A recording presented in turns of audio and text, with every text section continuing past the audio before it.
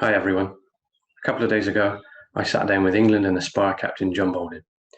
During our chat, we spoke about how he first got involved in playing Powerchair football, his experiences of playing for England and last year's Nations Cup success, and also his thoughts on the next generation of Powerchair football players. Hope you enjoy. I'm delighted to be here today with England and Aspire captain Jon Bolding. Jon, thanks for being with me today. Thanks for having me. The first question is kind of how are you and how are you finding lockdown? Not finding it too bad, to be honest. Obviously, I'd rather get back to a routine of getting into work and coming home to my family, but spending every day with your family, it's not too bad. Become a teacher in my part-time time at home, so learning a few things. I can count up to 10 now and colour in pictures, so it's always a benefit of staying at home, I guess. But no, it's all right. Obviously, missing vital parts like football and sport on telly in general. But I know it's for a good reason, and so I have to put up with it, I guess. And how have you found that homeschooling element? Because obviously it's going to be something completely new for you, isn't it? I've got a respect now for teachers that I never had before. Keeping my 4-year-old entertained throughout the day is quite hard work, to be honest. And I guess like any other 4-year-old always wants the attention of their parents. And so if it's not going on the trampoline, it's colouring in, playing Play-Doh, playing in the paddling pool, and because it's been nice weather, obviously she wants to be outside, which is fair enough, but yeah, doing work outside is not the easiest thing. Absolutely. And obviously you've said it there around, everyone's missing football, but what have Aspire been doing over the last few weeks to stay in touch and keep everyone in communication with each other? So we normally train on a Sunday at 3 o'clock, so for us, we have a quiz now, 3 o'clock every Sunday, which each obviously week a different person does the quiz, so that's always good. Same old winners though, so it's not too good. Tom Kelly, his family, they've got 4 of them, so they're kind of at advantage already. So that's what I put it down to. But no, we're always on communication. We always send each other just funny bits here and there. But yeah, we've done the quiz and the training thing every Sunday, so that's keeping us in touch. So are the Kellys the best quizzers then because they're a group, or have you got someone that's particularly a hot shot of the group? I think it helps because there's 4 of them at 4 different age groups. Obviously, Tom knows his sport, which always helps, and the older generation, the Kellys, they know their stuff. So it's probably down to a bit of brain knowledge rather than age.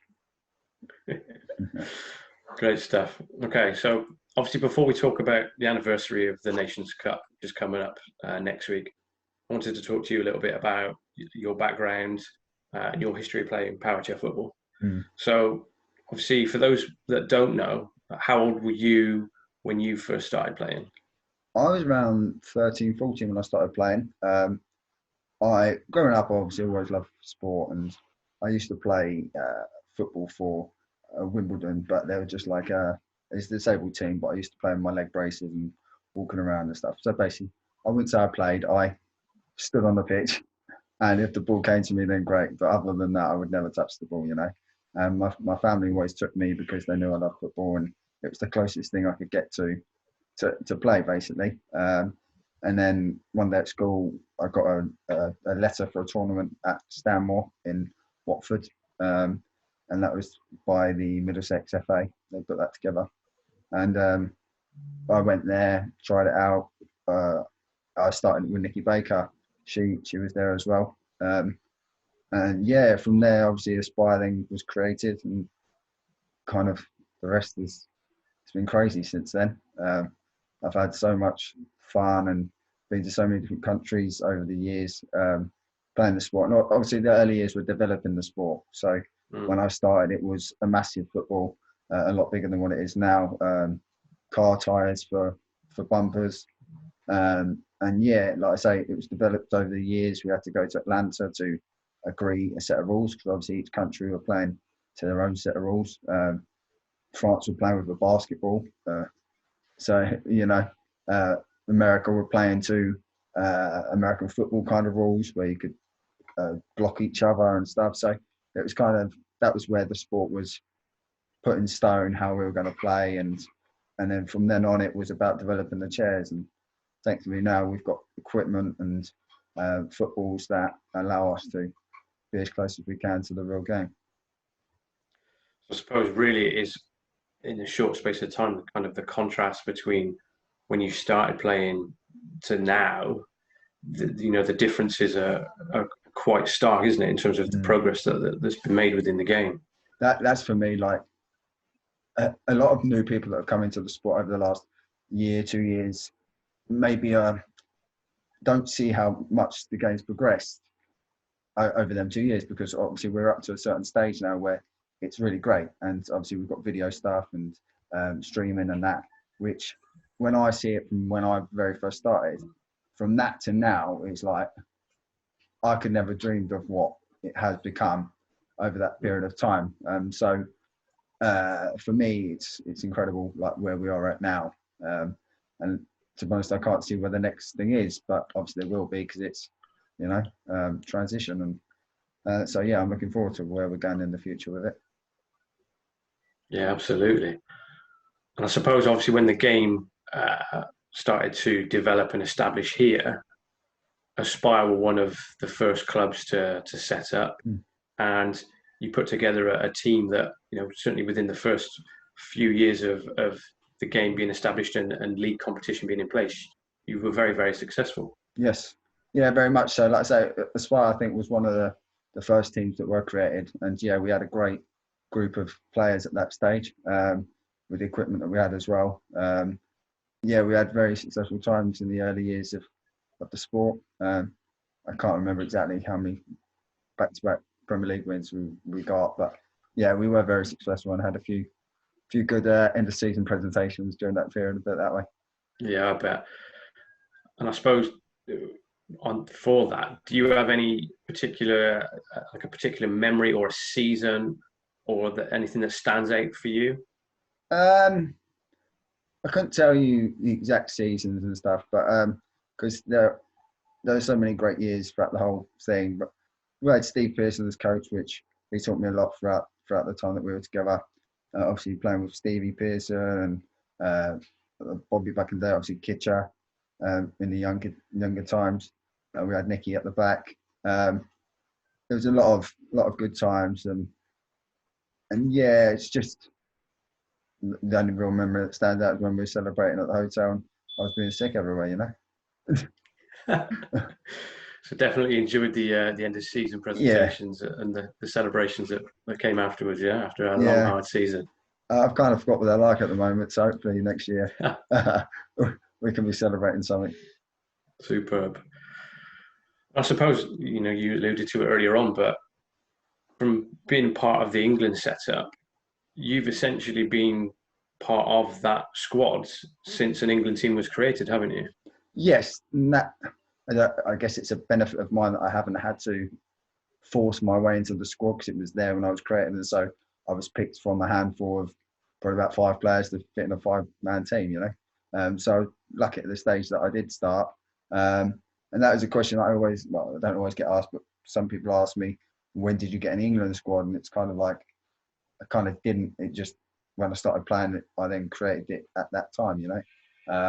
So I've been lucky enough to obviously been involved in every England squad over the years. Obviously that's because I've developed as a player and managed to keep up with the players that want to come into it. So for me, it's been fun. Obviously over the years, every England team's got stronger, and obviously last year was a massive turning point for England, and obviously won our first competition. Yeah, absolutely. And kind of how you've seen it from day one to where we are now, of all the different things that have contributed in it and how things have evolved over the time from what the England squad was then to how it is now. There've got to be some major differences. Oh, a lot. And it goes down to the managers, doesn't it, really?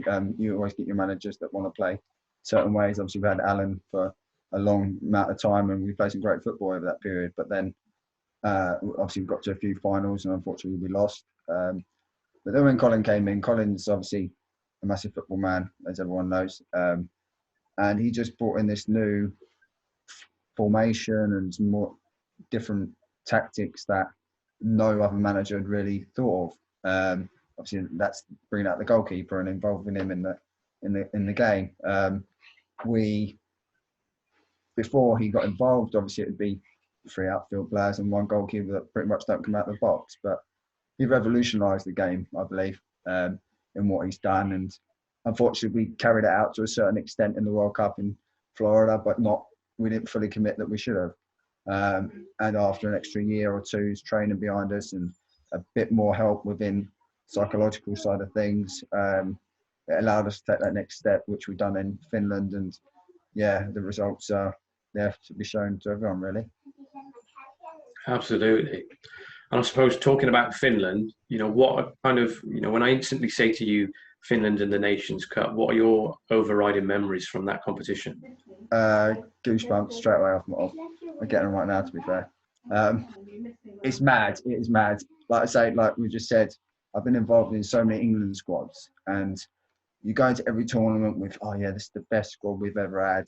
And I generally believe that the squad that we just had was the best. The talent we had in that squad was just mad, and every player knew that if they played well, then they got their spot that they deserve. And that's one thing that we wanted to push into the squad going there, that there isn't a starting 4. It is, you play well, you'll start.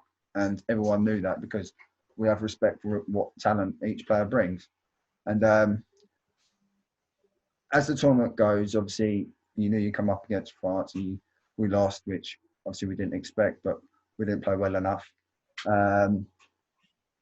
We sat back and we looked at what we'd done wrong. And because of the period that we knew we would kind of meet France again in the final, results pending, we knew what we could look at and adjust for the final. And for me, I've been to 3 finals of England. Going into that final one in Finland, I already had that in my mind, I lost 3. I'll start writing my speech, whereas I'm sorry we couldn't do it again for you this time. It kind of repeats itself, and you go in not thinking that you're going to lose already, but just knowing how much it means to other people, not just yourself, especially your friends and family that supported you throughout the whole thing. And to actually come away with the victory and, like I say, see the emotion that, not necessarily us as players, because obviously that's going to come natural, but to watch over the videos now and see all the staff running, to see the fans going mad. It's just like, this sport is for everyone. It's not just for us players. And that for me is what I love about the sport, and what I've always wanted as a player, to not just be the player that loves the sport, it's to be involved in a sport that everyone loves. Yeah, absolutely. And do you think, obviously now, I suppose, as the elder statesman of the team and as captain, do you feel that there's a few more international tournaments in the bank before you call it a day? Over the last few years, I've always said, like, when my dad stopped coming with me, obviously because of his age, I kind of consider stopping. He doesn't want me to. And the years go by, and when you have success like we had last year, it gives you that, I want this feeling again. And obviously Australia, hopefully if it goes ahead next year, that will be a massive decision maker for me. If we won that, then I kind of don't have anything else that I need to win at England level. So I've ticked everything off, but my love for the sport still carries on.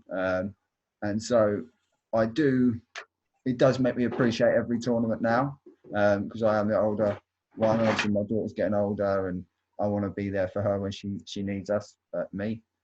And so I do have to consider each tournament that comes, and it could be my last, maybe.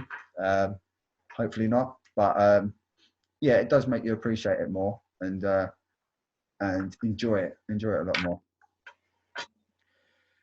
Regardless of whenever a decision comes for you as to whether you stop playing, do you see yourself staying within the game in some way, shape, or form and kind of giving back? I really hope so. I've started trying to give back now, as in help out where I can. A lot of people have put a lot of effort in over the years to help me to get to where I am now. So if I can start doing that for other people, then that's my aim. I'm trying, obviously, my hand at coaching at the moment with Aspire. We've won a couple of cups, but still that Premier League. I've got one under my belt since manager, but still not got as far as I wanted to managerial wise. So maybe continue to do that. But again, if I'm doing it kind of while I'm playing at the moment, and I don't know whether I'd still have that hunger for management once I've stopped playing, you know. So at the moment, I'm having to do it. I'm the manager, but hopefully I'm involved somehow, whether it's through being a manager or whether it's some other stream. I suppose another role for you to consider is something that you're doing at the moment is, you know, you do a lot of ambassadorial work, obviously stuff that you do as a role model for the FA as well. So you're supporting the younger generation coming through, and, you know, what does that entail for you, and what have you been doing in terms of being an ambassador? You know what, that's something that came around about a year ago. Brian asked me to be an ambassador of goals on grass. I never knew what impact I could have on the next generation. Obviously, I know they watch my games and they like some of the stuff they see.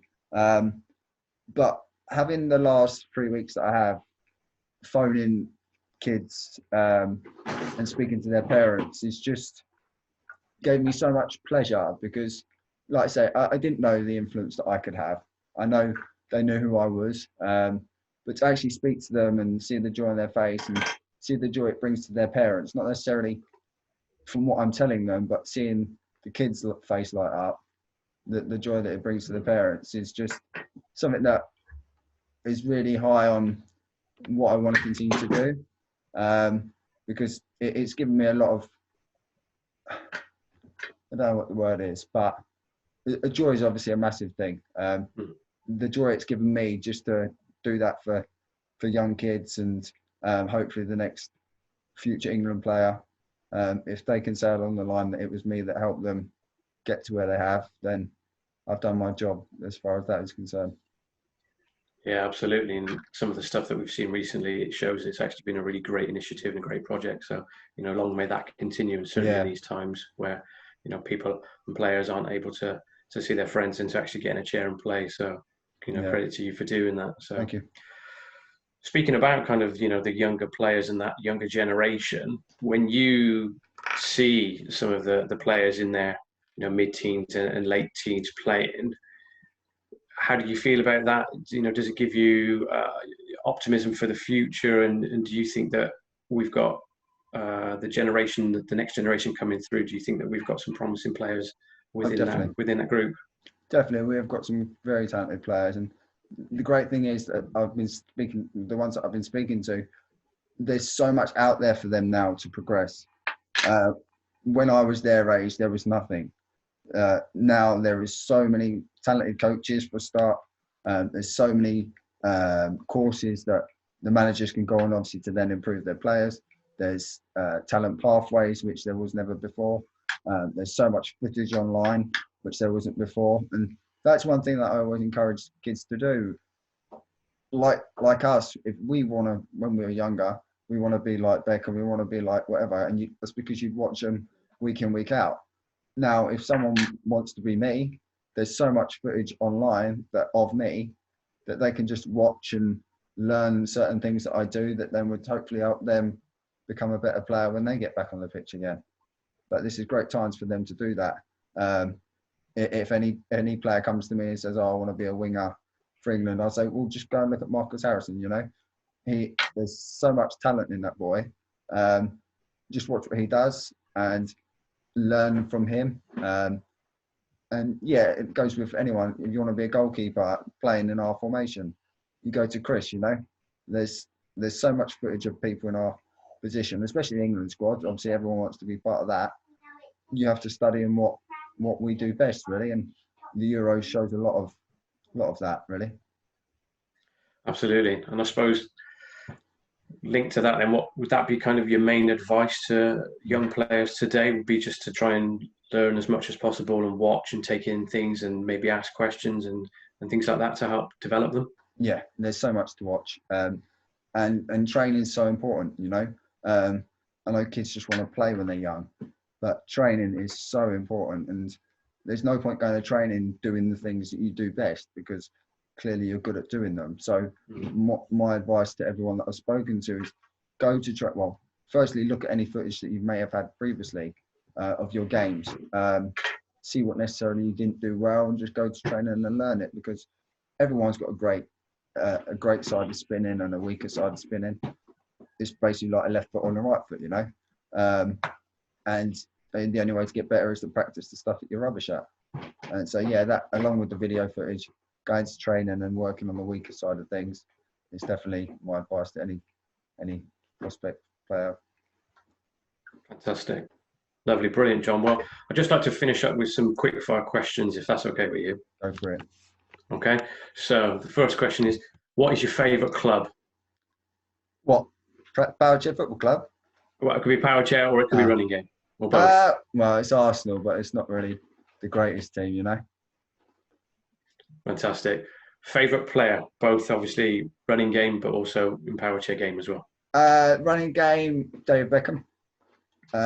Just the way he conducts himself, the amount of trophies he's won throughout his career. And yeah, I've always grown up, I always idolised him. And in the Powerchair game, for me, it was Kitcher. Kitcher's always been a talented boy, and it's a shame he retired last year. But personal things come first. But yeah, for him, just we linked up so well because he's such an intelligent boy, and yeah, for me, it's got to be Kitcher. So does that then link into your favourite teammate to play with? Yeah, he's my boy. Obviously now he's gone, kind of forget about him, but it's got to be Chris. Being at the back like we are at England, you've got to have a lot of faith in what we do, because a lot of the time we leave the goal so wide open, you're trusting the player alongside you to give you the ball. And yeah, me and Chris have got a lot of trust, and like I say, you can't play the formation that we play if you don't have that. Absolutely. Player that you've played with or against that has got either the best banter or the worst banter? I'm sorry, Greg, but Greg has got the worst banter I've ever known. We only spent Finland together. Sorry, Greg. It's awful, mate. The best banter, I don't know. Yeah, Chris got a bit of banter. Kitcher loved a bit of banter as well. So yeah, them two. Absolutely. Fantastic. And then finally, anyone that you can say is maybe the worst dresser that you've seen? Well, Marcus never has anything on his feet, so he's always got his little socks on, so that doesn't help. If you ever go training with Marcus, he's wearing the wrong kit, so probably Marcus. He ain't got much dress sense. Brilliant. Well, I just want to say, Jon, massive thank you for your time and for answering the questions today. Thanks, really appreciate it, and yeah, look forward to seeing you soon. Thank you, my man. I appreciate it, and keep safe, everyone.